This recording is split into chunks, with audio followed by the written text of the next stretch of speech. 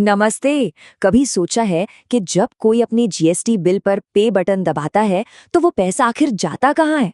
आज हम इसी कमाल के डिजिटल सफर को एकदम आसान भाषा में समझेंगे। देखिए, ये कोई मामूली बैंक ट्रांसफर नहीं है। ये तो एक बहुत ही हाई स्पीड डिजिटल सफर की बस शुरुआत है, जो एक बेहद कॉम्प्लेक्स ऑटोमेटेड सिस्टम से होकर गुजरता है। तो ठीक है, आइए इस सफर पर निकलते हैं। हम एक टैक्स पेमेंट को शुरू से, मतलब जब वो बनता है, से लेकर आखिर तक जहां वो सेटल होता है, पूरा ट्रैक करेंगे। और हाँ, देखेंगे कि कैसे एक एक पैसे का हिसाब रखा जाता है। तो हर कहानी की एक शुरुआत होती है, और जीएसटी पेमेंट के सफर की पहली चिंगारी है पेमेंट करने का इरादा। इसको ऐसे समझिए, जैसे ऑनलाइन शॉपिंग करते वक्त हम कोई चीज कार्ट में डालते हैं ना, बस ये सीपिन वही है। ये पहला कदम है, एक रिकॉर्ड बन जाता है कि भाई इतना पैसा देना है। और यहाँ एक मजेदार बात है, ये जो इरादा है ना, ये हमेशा के लिए नहीं होता। सीपिन सिर्फ 15 दिनों के लिए वैलिड रहता है। मतलब पेमेंट करने के लिए एक डेडलाइन सेट हो जाती है। तो अब इरादा तो बन गया, अब चलते हैं अगले स्टेप पर, जहां ये इरादा एक कंफर्म्ड ट्रांजैक्शन में बदलता है। अब ये CIN क्या है? सोचिए, जैसे ऑनलाइन शॉपिंग के बाद एक ट्रैकिंग नंबर मिलता है ना, जिसे पता चलता है कि हमारा पैकेज कहाँ है। बस CIN भी वही काम करता है। ये कंफर्म करता है कि पेमेंट सिस्टम में आ गया है और अपनी मंजिल की तरफ निकल चुका है। तो सबसे जरूरी बात ये है कि ये सब कुछ मतलब बिल्कुल रियल टाइम में होता है। टैक्स पेयर ने पेमेंट किया, बैंक ने तुरंत एक CIN बनाया और उसे GSTN के साथ शेयर कर दिया। ये एक तरह का डिजिटल हैंडशेक है, जिससे सिस्टम को फौरन पता चल जाता है कि पैसा रास्ते में है।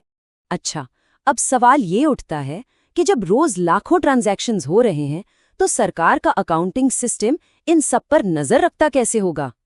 तो यही एंट्री होती है आर्पित की। अगर हम अपने पैकेज वाले उदाहरण पर वापस जाएं, तो आर्पित उस सेंट्रल सॉर्टिंग फैसिलिटी जैसा है जहां सारे पैकेज आते हैं। ये ढेर सारे डेटा को प्रोसेस करता है और पक्का करता है कि हर चीज अपनी सही जगह पर जाए। और यहीं पर सिस्टम की असली रफ्तार देखने को मिलती है। सोचिए, हर 5 मिनट में GSTN से CPIN और CIN का डेटा आर्पित को भेजा जाता है। आर्पित फौरन उस डेटा को मैच करता है और शुरुआती अकाउंटिंग एंट्री कर देता है। ये पूरा काम कुछ ही मिनटों में निपट जाता है। कमाल है ना? चलिए, तो पेमेंट रिकॉर्ड तो हो गया, लेकिन कहानी अभी खत्म नहीं हुई। अब आता है सबसे अहम पड़ाव, इसे RBI में मौजूद सरकार के मास्टर अकाउंट के साथ ऑफिशियली सेटल करना। ये पूरा प्रोसेस एक बहुत ही सख्त टाइमलाइन पर चलता है, जिसे कहते हैं T+1। T मतलब ट्रांजैक्शन का दिन, तो T+1 का मतलब हुआ अगले दिन। होता क्या है, बैंक रात 8 बजे अपना हिसाब किताब बंद करते हैं। अगले दिन शाम 6 बजे से पहले वो सारी डिटेल्स की एक लगेज फाइल RBI को भेजते हैं। फिर RBI उन फाइलों को प्रोसेस करके बैंक के खाते से पैसा डेबिट करता है, सरकार के खाते में क्रेडिट करता है और आर्पित को एक डिजिटल कन्फर्मेशन, जिसे ई-स्क्रॉल कहते हैं, भेज देता है। इस पूरी प्रक्रिया से ये पक्का हो जाता है कि पैसा ज्यादा देर तक कहीं बीच में अटका ना रहे।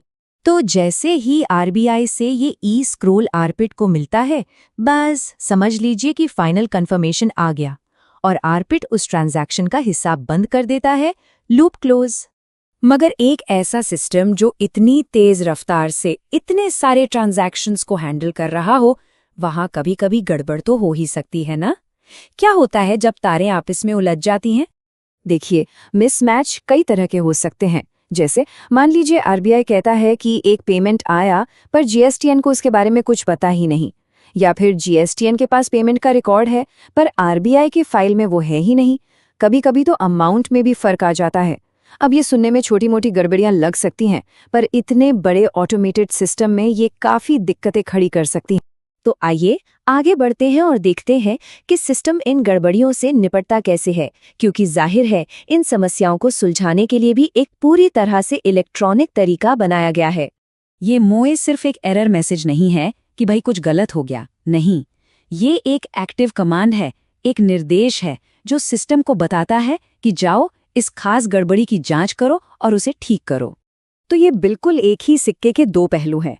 एक तरफ GSTN के पास CIN है, पर RBI की फाइनल लिस्ट से वो गायब है, मतलब पेमेंट कहीं रास्ते में अटक गया है। दूसरी तरफ आरबीआई की लिस्ट में एक सीआईएन है, लेकिन जीएसटीएन के सिस्टम को उसके बारे में कुछ पता ही नहीं। ये एक घोस्ट पेमेंट जैसा है। और ये देखिए, यहाँ हमें पर्दे के पीछे का अकाउंटिंग जादू देखने को मिलता है। जब सीआईएन पहली बार आता है तो सिस्टम उस पैसे को एक टेम्पररी सस्पेंस अकाउंट में डाल देता है। अब अगर आरबीआई की तरफ से कंफर्मेशन नहीं आता तो एंट्री वहीं रुकी रहती है। फिर जब मोई के जरिए मामला सुलझ जाता है और आरबीआई कंफर्म कर देता है, तब सिस्टम एक फाइनल एंट्री करता है। वो सस्पेंस अकाउंट से पैसा निकालकर सही जगह यानी आरबीआई डिपॉजिट्स में डाल देता है।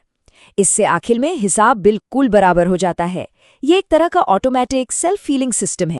और सबसे अहम बात यह है कि इसमें इंसानी दखल न के बराबर है। पूरा सिस्टम ऑटोमेटिक तरीके से गलतियों को पकड़ने और उन्हें सुधारने के लिए ही बनाया गया है। इसी से इसकी स्पीड और भरोसेमंदी बनी रहती है। तो एक छोटे से क्लिक से लेकर फाइनल अकाउंटिंग एंट्री तक का ये पूरा सफ़र हमें उस शानदार साइलेंट इंफ्रास्ट्रक्चर की एक झलक दिखाता है जो आज के मॉडर्न फाइनेंस और गवर्नेंस की रीढ़ है, और ये सोचने पर मजबूर करता है कि न जाने और कितने ऐसे ज़रूरी सिस्टम हैं जो हमारी नज़रों से दूर चुपचाप हमारी डिजिटल दुनिया को चला रहे हैं।